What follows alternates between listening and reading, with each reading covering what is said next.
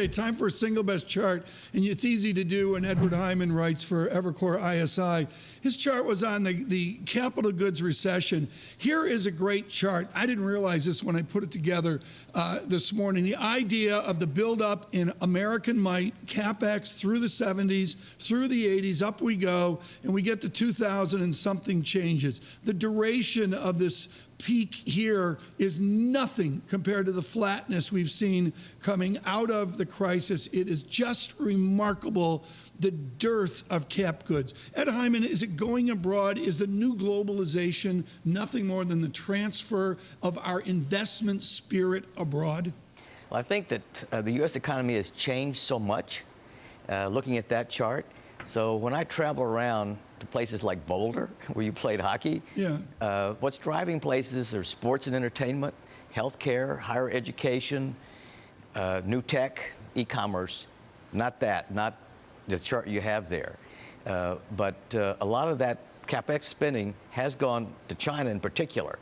And nominal GDP in China in this quarter, in the first quarter, will be about 11%. And that's up from 6% in 2015. The president is talking about a need for a revved up economy. That includes top line GDP, which is real economic growth with an overlay of an enhanced inflation. Which is it going to be in the next 12 months? Are we going to see more inflation in a dearth of real growth? Or can we actually get real growth with that nirvana of just a little bit more inflation? I think we'll get a little bit of both. But, Tom, I can't tell you how important I think that concept is. In life, the only thing that matters is nominal. What you get paid, what you pay for a cup of coffee, et cetera. What the trade is for fidelity. And so nominal GDP growth in the U.S. Last year hit a low point of 3.5. And you need 4 for businesses to feel sort of okay. So we weren't there. Right now, we're probably running just at 4 or maybe a little bit more. But in this year, I'm looking for real growth of 2.5. So a little bit more than we've been having, as you know, and inflation of about 1.5 or 2. So that's getting up toward a 5% nominal GDP growth. Ed, do you automatically assume, given globalization and the interlinks with trade, and going back to Tom's charts, that if you increase GDP, nominal GDP in the U.S., the rest of the world has to suffer?